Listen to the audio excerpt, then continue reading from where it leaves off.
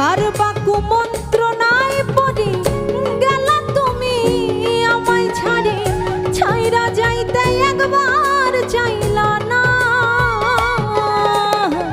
তুমি আমার হইয়া থাকলা না সোনা বন্ধু রে, কথা দিয়া কথা রাখলা না।